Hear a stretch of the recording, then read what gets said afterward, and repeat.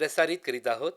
महिला विश्व यामध्ये पंडित हरिप्रसाद चौरसिया यांच्या शिष्या बासरी वादक डॉक्टर मोना तिडके यांची शीला घरडे पाटील यांनी घेतलेली मुलाखत.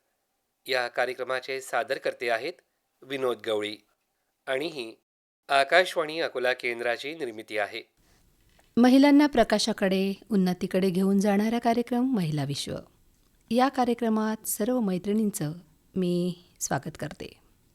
मैत्रिणींनो, महिला विश्व आजचा हा कार्यक्रम बासरीमय करण्यासाठी आम्ही आकाशवाणीच्या स्टुडिओमध्ये आमंत्रित केलं आहे पंडित हरिप्रसाद चौरसिया यांच्या शिष्या डॉक्टर मोना तिडके यांना. नमस्कार मॅडम. नमस्कार. आकाशवाणीच्या स्टुडिओमध्ये मी सर्व मैत्रिणींच्या वतीने आपलं स्वागत करते. आभारी आहे.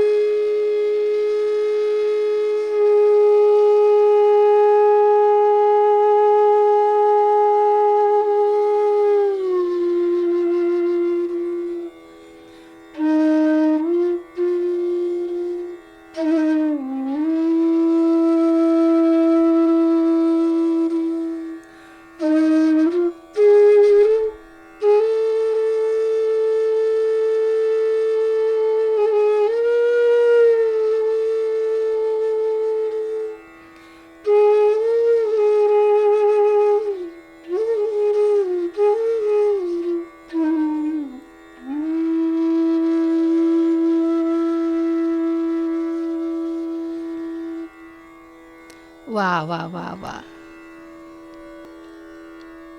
स्टुडिओचा काना कोपरा कसा चैतन्याने भरला आहे. हो.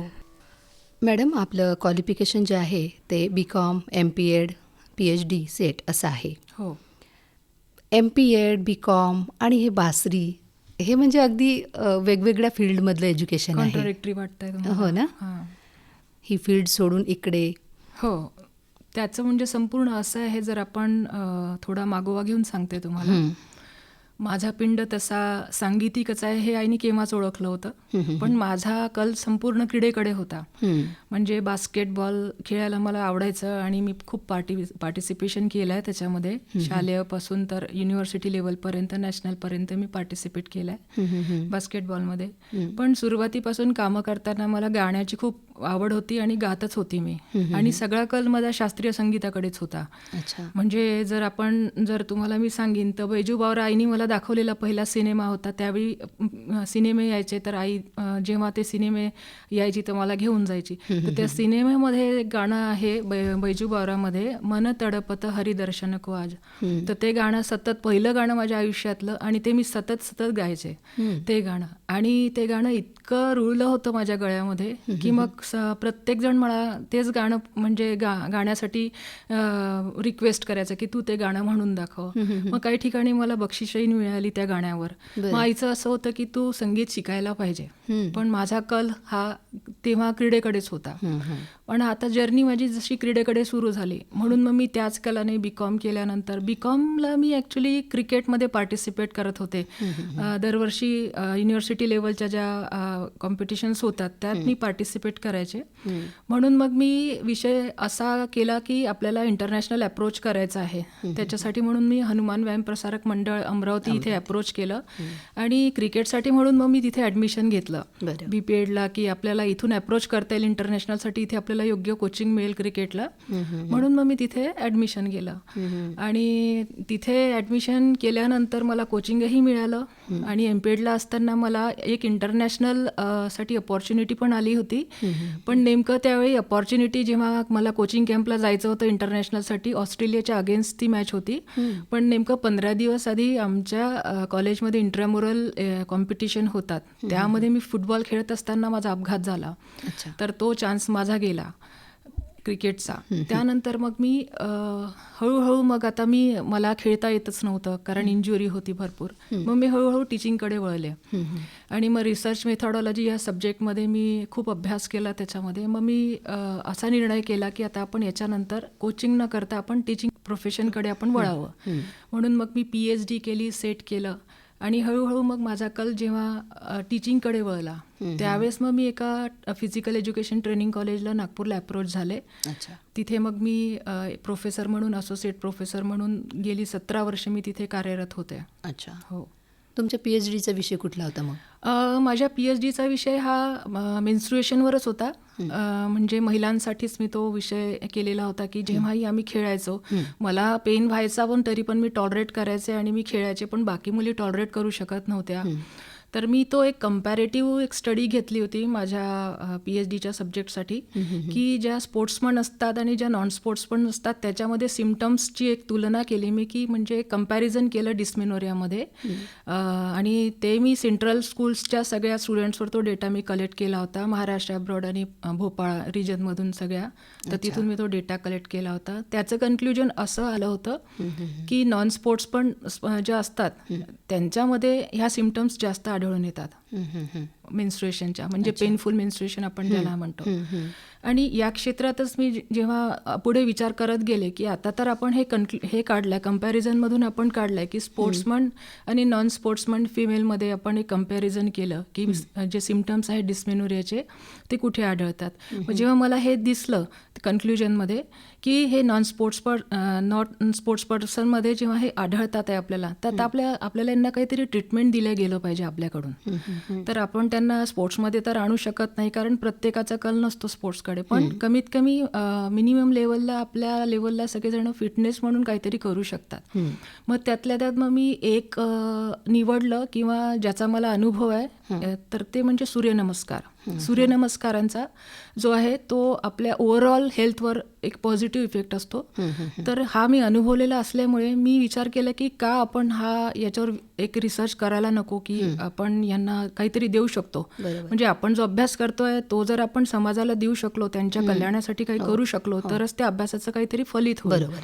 म्हणून मग मी हा विचार केला. तर मी काही पॉलिटेक्निकच्या स्टुडंट्स ज्या एकदम लेमॅन आहेत, म्हणजे कधी स्पोर्ट्स ॲक्टिव्हिटीजमध्ये नाही आहे, मिनिमम एक्सरसाइजमध्ये असू शकतात किंवा एकदमच नाही आहेत, अशा मी मुलींना एकत्रित केलं, त्यांना सिम्पटम्स विचारले आणि ज्यांना मॅक्सिमम लेवलला इंटेन्स ज्यांना सिम्पटम्स आहेत त्यांच्यामध्ये डिस्मेनोरिया म्हणजे पेनफुल मेन्स्ट्रुएशन, अगदीच ज्यांना वॉमिट होत आहे, ज्यांना बिलकुल अगदीच दुसऱ्या ॲक्टिव्हिटी करता येत नाही आणि पेन किलर्स खाव्या लागतात आहे, अशा विद्यार्थिनींना मग मी सूर्यनमस्कार या प्लॅनखाली घेतलं.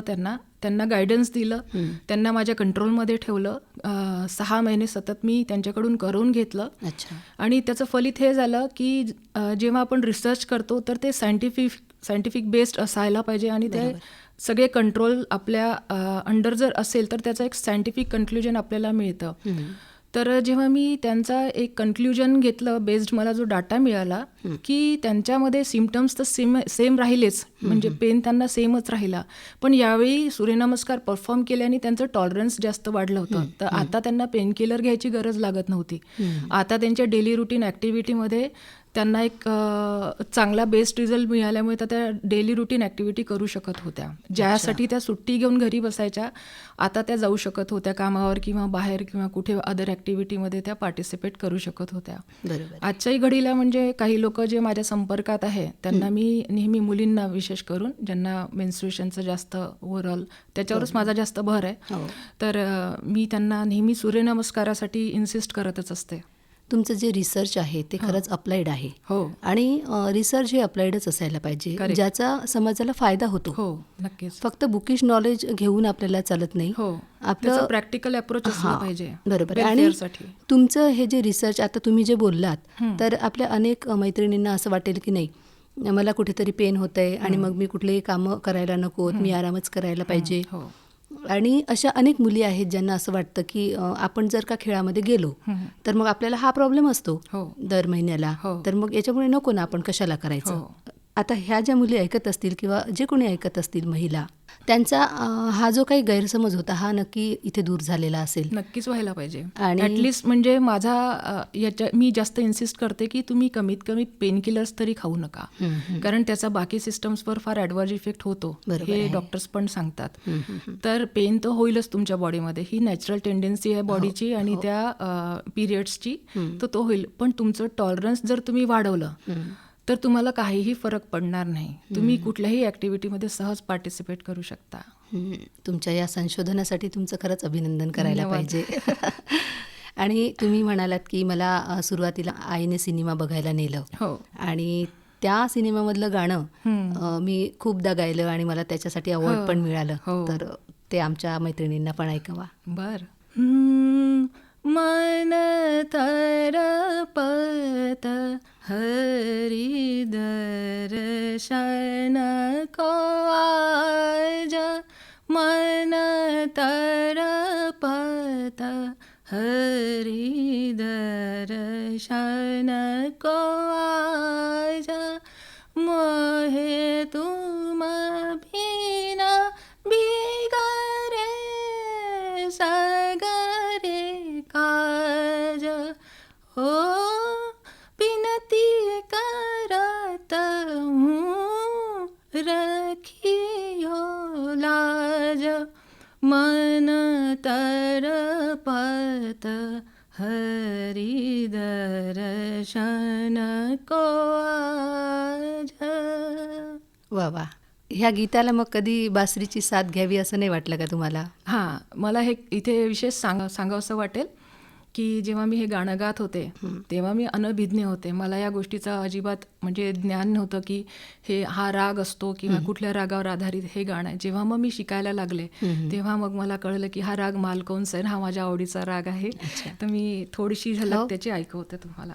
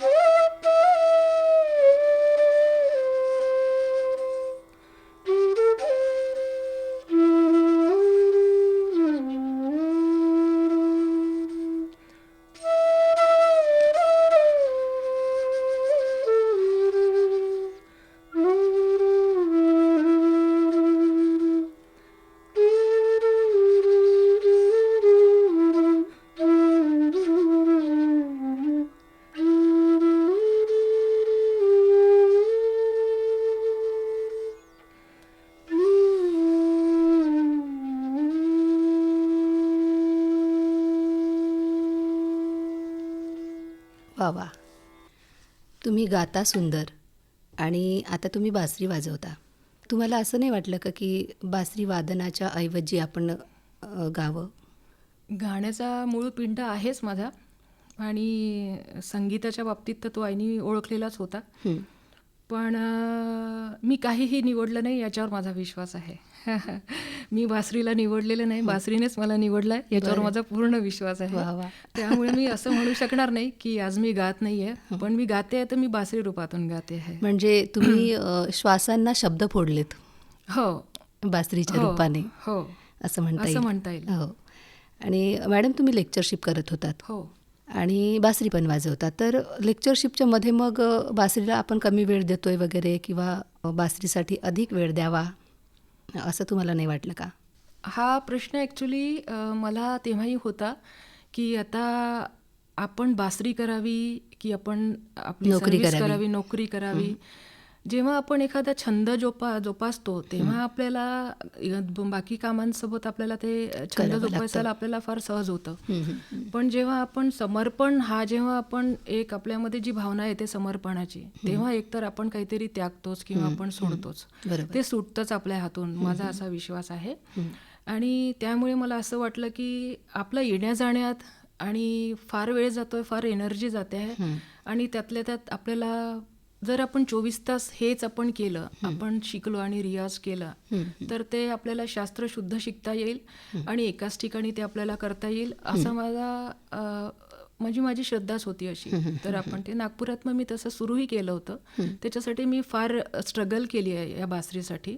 सतत 70 किलोमीटर माझं रोज ट्रॅव्हलिंग व्हायचं, नोकरी बासरी या दोन्ही गोष्टी म्हणजे सांभाळण्यासाठी. बरोबर. पण मग ते कधीतरी आपल्याला अशक्य होतंच. हं, हं. मग आता सर्व्हिस झाली होती तर आता असं वाटलं की आपल्याला बासरी करायला हवी आहे. मग मी हळूहळू असा प्रयत्न सुरू केला की आपण आता जी व्यक्ती पूर्ण वेळ बासरीला द्यावा. बासरीलाच आपण द्यायला हवी. आणि मग हळूहळू तसे मार्ग मिळत गेले मला. मग माझे गुरुजी पद्मविभूषण पंडित हरिप्रसाद चौरसिया यांचे जे डिसायपल्स आहेत, म्हणजे यांचे जे शिष्य आहेत, वरिष्ठ शिष्य जे आहेत, त्यांचे अनेक ठिकाणी कार्यशाळा, वर्कशॉप आपण ज्याला म्हणतो ते व्हायचं. तर मी सुरुवातीला सगळीकडे त्या सगळ्या अटेंड केल्यात. मग काही ठिकाणी फार गर्दी, काही ठिकाणी फार खर्च आणि काही ठिकाणी मग कसं असतं की गर्दी असल्यामुळे आपल्याकडे अटेन्शन कमी मिळत असल्यामुळे मला असं वाटायचं की नाही, आपल्याला अटेन्शन तर हवं आहे कारण आपल्याला शिकायचं आहे, बरोबर आहे. आपल्याला हेच करायचं आहे, आपल्याला 24 तास हेच करायचं आहे, आपल्याला योग्य मार्गदर्शन हवं आणि आपल्याकडे कोणाचं तरी लक्ष हवं. तर असं मला सतत वाटायचं. त्याच्यासाठी मग मी अप्रोच केलं डायरेक्ट मग गुरुजींना. म्हणजे माझ्या घरच्यांनी पण मला त्यासाठी फार चांगलं पाठबळ दिलं. गुरुजींना मी अप्रोच केलं, गुरुजींनी मला कन्सिडर केलं आणि मग तिथे माझा खरा प्रवास सुरू झाला बासरीचा, असं मला म्हणता येईल. मला स्वतःची ओळख झाली, मला बासरीची ओळख झाली गुरुजींकडे. स्वर काय असतो, ट्युनिंग काय असतं, म्हणजे स्वर लागणं काय असतं आणि तो आपल्याला अनंतात कसा घेऊन जातो, ज्याला आपण म्हणतो की अलाइनमेंट आपलं स्वरांसोबत जे असतं, त्याची अनुभूती मला गुरुजींच्या चरणीच मिळाली तिथे, असं मला म्हणता येईल. आणि नंतर मग हळूहळू मग मी हा निर्णय पक्काच केला की आता आपल्याला सर्व्हिस सोडायची आहे. तोवर मी अपडाऊन करायचे गुरुजींकडे. नागपूरहून मुंबईला मी थेट क्लासेसला जायचे. पण मग तेही असं झालं की डिस्टन्स जास्त आहे आणि आपली एनर्जी वेस्ट होते आहे असं वाटायला लागलं. मग मी गुरुजींना रिक्वेस्ट केली की तुम्ही मला रेसिडेन्शियल स्टुडंट म्हणून इथे कन्सिडर करा. 15 दिवसानंतर त्यांचा फोन आला आणि माझ्यावर कृपा झाली. तेव्हापासून माझ्या बासरीच्या साधनेची सुरुवात खऱ्या अर्थाने झाली असं मला म्हणता येईल. मैत्रिणींनो, पंडित हरिप्रसाद चौरसिया हे नाव फक्त आपण क्लासिकल म्युझिक जेव्हा प्ले करायचो तेव्हा ऐकायचो, पण आज आपल्या स्टुडिओमध्ये प्रत्यक्ष पद्मविभूषण पंडित हरिप्रसाद चौरसिया हे जगविख्यात बासरीवादक यांच्या शिष्या आपल्याशी बोलत आहेत. खरं तर हा खूप आपला सुयोग आहे असं मी म्हणेन. तर ज्या वेळेला तुम्ही गुरुजींकडे गेलात की तुम्ही मला आता तुमची शिष्या बनवा किंवा मला बासरी शिकवा, यासाठी जेव्हा तुम्ही त्यांच्याकडे गेलात तर असा कुठला क्रायटेरिया होता का की त्यांनी तुम्हाला घ्यावं? क्रायटेरिया म्हणजे गुरुजींचा हा कल असतो की संपूर्ण ते समर्पणाची भावना आहे की नाही हे सुरुवातीला बघतात आणि नंतरच ते कन्सिडर करतात या बाबतीत. तर गुरुजींकडे रेझिडेन्शियल स्टुडंट जाण्यापूर्वी मी अपडाऊन केलं आहे नागपूरहून. त्यांनी माझी जाण्याची मेहनत पाहिली, माझी तयारी पाहिली आणि मी करते आहे. आणि सर्वात मोठा त्याग मी माझी नोकरी सोडली. त्यामुळे मग गुरुजींनी त्या गोष्टीला फार ॲप्रिशिएट केलं आणि आजही त्यांचा हात माझ्या पाठीवर आहे, माझ्या डोक्यावर त्यांचा हात आहे. आणि खऱ्या अर्थाने त्यांनी तेव्हापासून मला शिष्य म्हणून स्वीकारलं. माझ्यासाठी खूप मोठा अवॉर्ड आहे तो की त्यांनी मला शिष्य म्हणून तिथे स्वीकारलं. कारण ज्या वयात मी आता असोसिएट प्रोफेसर आणि प्रिन्सिपल ग्रेडसाठी मी आता एलिजिबल होते, त्या सगळ्या गोष्टी डावलून मी त्यांच्याकडे जाते हे त्यांना कळलं होतं. आणि वयाच्या 44व्या वर्षी जर आपल्याकडे कोणीतरी अशा तऱ्हेने अप्रोच करताय, ही गोष्ट फार म्हणजे ॲप्रिशिएबल आहे असं त्यांना वाटत होतं की एक महिला आपल्याकडे या वयात सगळं सोडून शास्त्रीसाठी जर येत असेल तर का नाही आपण तिला स्वीकारावं. आणि ती व्यक्ती खरंच सर्वार्थाने फार मोठी आहे. मी तर स्वतःला म्हणजे ब्लेस्डच समजते या बाबतीत की त्यांनी मला माझं शिष्यत्व स्वीकारलं आणि मला पत्करलं तिथे. आणि मला तिथे त्यांच्यासोबत गेले 7 वर्ष मी त्यांच्यासोबत राहते आहे. तुमचं जे बासरीप्रती समर्पण आहे हे त्यांना दिसून आलं. हो, कारण असिस्टंट प्रोफेसर किंवा लेक्चरशिप या पदासाठी लाखो विद्यार्थी अगदी रात्रंदिवस मेहनत करतात. आणि तुम्ही अगदी प्रिन्सिपलच्या पदापर्यंत आलात तरीही ते सोडून दिलं, तर खरंच हा खूप मोठा त्याग आहे आणि कलेसाठी केलेला त्याग आहे. तर तो त्यांना दिसला. आम्ही पण भाग्यवान आहोत की आज प्रत्यक्ष आपण आमच्या स्टुडिओमध्ये आलात. गुरुजींच्या सोबत तुम्ही मैफिली करत असाल किंवा इतरही मान्यवर कलाकार जे असतील, जसं प्रभा अत्रे आहेत, उस्ताद झाकीर हुसेन आहेत, सुरेश वाडकर आहेत, विदुषी कौशिकी चक्रवर्ती आहेत, यांच्यासोबत तुम्ही काम केलेलं आहे, परफॉर्मन्सेस केलेले आहेत. तर याबद्दल तुमचा काय अनुभव होता? कसं सहकार्य करतात हे लोक शिकणाऱ्या विद्यार्थ्यांना? यांच्यासोबत असं म्हणता नाही येणार की मी परफॉर्म केलंय. पण आमच्या गुरुकुलमध्ये अनुभव या टायटल खाली एक बैठक असते, ती आम्हा शिष्यांसाठी असते ती बैठक. तर हे जे दिग्गज आता तुम्ही जे आता सगळे आपण नावं इथे घेतलेली आहेत, त्यांच्या संपूर्ण जीवनाचा एक अनुभव ते आमच्या समोर ठेवतात.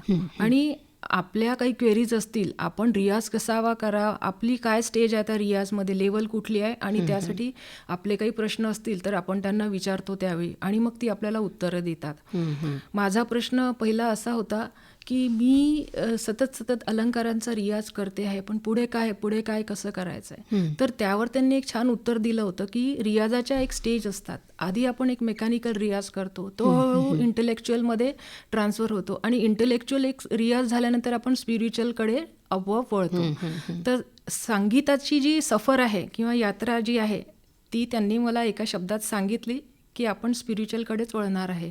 म्हणजे मी हा विश्वास ठेवते या गोष्टीवर की संगीत हे मनोरंजनाचं साधन नाही आहे किंवा ते साधनच नाही आहे. ते आत्मरंजनाची एक ती वे आपण म्हणता येईल. आत्मरंजनासाठी तो एक मार्ग आहे आपल्याला. आणि म्हणूनच हे माझ्या हाती आहे असं मी भाग्यशाली समजते स्वतःला की ते माझ्या हाती आहे आणि त्यांनी ते दिलं आहे मला. म्हणजे ईश्वराची कृपा मी मानते यासाठी. इथे मला एक गोष्ट अजून थोडी नमूद करावीशी वाटते. माझ्या आजीची गोष्ट आहे. जसं मी हे गाणं लहानपणी गायची, मन तडपत हरी दर्शन को आज, सतत हे गाणं मी गायची. आणि ती म्हणे किती आर्तटाहो आहे तुझ्या गाण्यामध्ये, तुला हरीचे दर्शन नक्की होईल एका दिवशी. ज्या दिवशी मी गुरुजींना पहिल्यांदा भेटले, गुरुजींना हा किस्सा मी सांगितला की हे माझ्या आजीचं बोल माझ्या कानामध्ये आहे, आज सगळीकडे भिंत आहे आणि इतकं स्फुरून गेलं आहे मला की मला टॉलरेट होत नाही. मला तुम्हाला खूप सांगावंसं वाटतंय की लहानपणी मी हे गाणं गायचे, मला माहिती नव्हतं हा राग माल कोणचा की मन तडपत हरिदर्शन को. आज तुमची भेट झाली आणि आज माझ्या आजीचं ते वाक्य फार खरं ठरलं की मला तुम्ही गुरुरूपी इथे मिळाला, हरीचे दर्शन झाले मला. येस, ह्या गाण्यानेच मला गुरुजींकडे पोहोचवलं असं म्हणायला हरकत नाहीये. खरंच आहे. कृष्णा बासरी वाजवायचे आणि कृष्णाच्या बासरीने गोपिका त्यांच्याकडे यायच्या. तुम्ही देखील मंदिरामध्ये बसून बासरी वाजवता. तर तुमच्या बासरीचे सूर देखील रसिकांना म्हणा, भक्तांना म्हणा, तुमच्याकडे खेचून आणतात. काय सांगाल तुम्ही याविषयी? आता तुम्ही भगवान श्रीकृष्णाचा इथे उल्लेख केला, पण मी दिग्गजांकडून असं ऐकावत आहे किंवा शिवपुराणाचा जे उल्लेख करून सांगतात की श्रीकृष्णाच्या आधी बासरी हे शक्तीचं वाद्य होतं, पण भगवान श्रीकृष्णामुळे ते जास्त त्याला प्रसिद्धी मिळाली असं म्हणायला हरकत नाही आहे. बासरी वाद्यच असं आहे की ते कोणालाही मोहित करतं. त्यामुळे आता मी मंदिरात, देवळात जेव्हा मी रियाजासाठी बसते सकाळी किंवा संध्याकाळी जेव्हा मी रियाजाला बसते, काही लोकांना शास्त्र कळतं, काहींना नाही कळत, पण त्यांना बासरी प्रत्येकालाच ऐकावीशी वाटते आणि त्यांना प्रत्येकाला ती आकर्षणाचं, मोहाचं कारण ठरते आणि मग तिथे ते बसतात आणि ते आपला अनुभव सांगतात मला की जेव्हा मी बाहेर उभा होतो मला वाटलं रेकॉर्ड सुरू आहे का, मग मी आतमध्ये येऊन बघतो अरे कोणी वाजवत आहे. ज्या देवळात मी केवळ घंटा वाजवून परतायचो तिथे मी आता बसतोय थोडा वेळ ऐकत. तर हे माझ्यासाठी ही खूप मोठं म्हणजे अचिव्हमेंट आहे हे माझ्यासाठी, की एखादी व्यक्ती म्हणते बाहेर उभी राहून की मला रेकॉर्ड ऐकल्यासारखं भास होत आहे, म्हणून मी लक्ष दिलं नाही की बाजूला कोणी बसलाय का. मग मी जेव्हा वळून बघतो अरे इथे कोणी खरंच वाजवत आहे बासरी. आणि याचं तुम्ही पंडितजींच्या शिष्य आहात का असं डायरेक्ट जर कोणी विचारलं तेव्हा असं वाटतं की हो आता आपल्याला मिळालं, आपल्याला जे आपल्याला करायचं ते आपण. म्हणजे जर कोणाला तरी असं वाटतंय की गुरुजींप्रमाणे थोडंसं कोणाला तरी ऐकू येत आहे ते त्यांच्या शैलीचं, म्हणजे तुम्ही त्यांच्या शिष्य आहात का असं वाटतंय तुमच्या वादनातून, त्यांचा संपूर्ण एक त्यांची शैली म्हणजे ऐकू येते आहे तुमच्या वादनातून. तर हे खूप मोठं सर्टिफिकेशन आहे किंवा अचिव्हमेंट आहे माझ्यासाठी. बहुतांश सिनियर सिटीजन्स जे आहेत ज्यांना क्लासिकल संगीताची फार ओढ आहेत, ते सकाळ संध्याकाळ वेळ विचारून घेतात आणि ते सगळेजण येऊन बसतात, आवर्जून तिथे येऊन बसतात. अच्छा. हो. तुम्ही गुरुजींकडे बासरी शिकलात. हो. तर मग आता पुढे तुम्ही तुमचा रिसर्च जसा समाजासाठी उपयोगी आहे, हो. तर बासरीचं उपयोजन काय मग आता समाजासाठी? मी केवळ बासरीबद्दल इथे लिमिटेड नाही करणार विषय. मी भारतीय शास्त्रीय संगीताबद्दल थोडासा इथे नमूद करू इच्छिते की आपल्याकडे जी एक आपली धरोहर आहे भारतीय शास्त्रीय संगीत जी आहे ती खरोखरच आपल्याला सायंटिफिकरित्या, कारण प्रत्येक रागाचा एक नियम काय आहे की प्रत्येक रागाला एक प्रकृती आहे आणि तिचा एक समयकाल आहे त्या रागाचा. त्याच समयी तोच राग वाजवला आणि ऐकल्या गेला तर त्याचा आपल्याला एक पॉझिटिव्ह प्रभाव आपल्या शरीर आणि मनावर, म्हणजे ओव्हरऑल हेल्थवर एक पॉझिटिव्ह रिझल्ट मिळतो. बरोबर आहे. जसे 7 चक्र आहेत तसे 7 स्वर आहेत, तर तिथे ते आपल्याला बॅलन्स करायला फार प्रभाव त्यांचा पडतो आपल्या चक्रांवर, असं माझं एक आहे. तर मला इन्सिस्ट करावं असं वाटेल प्रत्येकाला की भारतीय शास्त्रीय संगीतामध्ये वादन, गायन आणि नृत्य हा जो एक प्रकार आहे त्याच्यामध्ये कधीतरी तुम्हाला तुमचा कल गाण्याकडे असेल तर ते गाणं तुम्ही ऐका, पण ते क्लासिकल बेस्ड असेल मग तुम्ही कुठल्याही गायिकेचं किंवा गायकाचं तुम्ही ते ऐका. वादन तुम्हाला जे टॉलरेट होत असेल, तंतुवाद्य, सुशीर वाद्य, घनवाद्य, पण क्लासिकल बेस्ड, आपल्याकडे ध्रुपद शैली होती, ते तुम्ही ऐका. त्याचा तुमच्या ओव्हरऑल हेल्थवर खूप पॉझिटिव्ह इफेक्ट होईल असा माझा खूप विश्वास आहे त्याच्यावर. आणि पुढच्या घडीला बासरीवर पण एखादा रिसर्च मी करावा अशी माझी इच्छा आहे. एका वृत्तपत्रामधल्या म्हणजे एक वृत्तपत्र आहे त्यांचं एक मेडिकल बेस्ड मॅगझिन पण पब्लिश होतं, त्याच्यावर पण मी या फ्रिक्वेन्सीजचा ओव्हरऑल हेल्थवर काय फरक पडतो हे सायंटिफिकरित्या मी तो एक पेपर तिथे एक इंट्रोडक्टरी म्हणून दिला आहे. पण अजून त्याच्यावर मी पूर्णपणे संशोधन करू शकले नाही अजून. तर मी थोडासा आता माझा या कलेने पण थोडा मी आता प्रयत्न करणार आहे की याच्यावरून सुद्धा मी एक रिसर्च पेपर नक्कीच बनवेल असं मला वाटतं.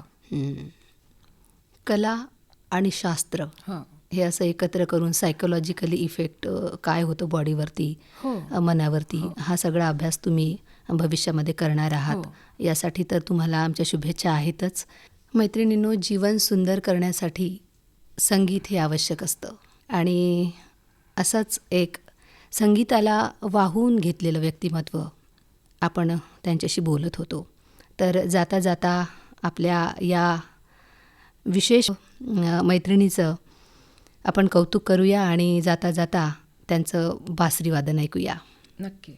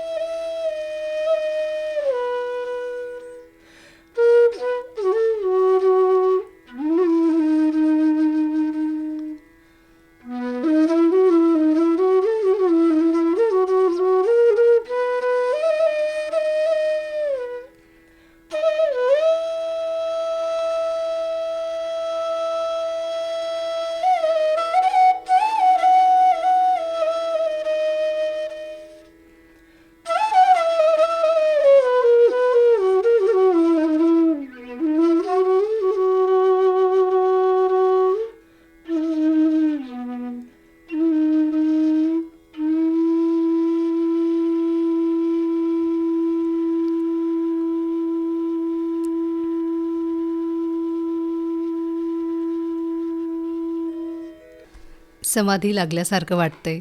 तुमची बासरी जी आहे धन्यवाद. ती हृदयाशी संवाद साधते. हो. डॉक्टर मोना मॅडम, आपण इथे आलात आणि आमच्या आत्म्याशी संवाद साधलात.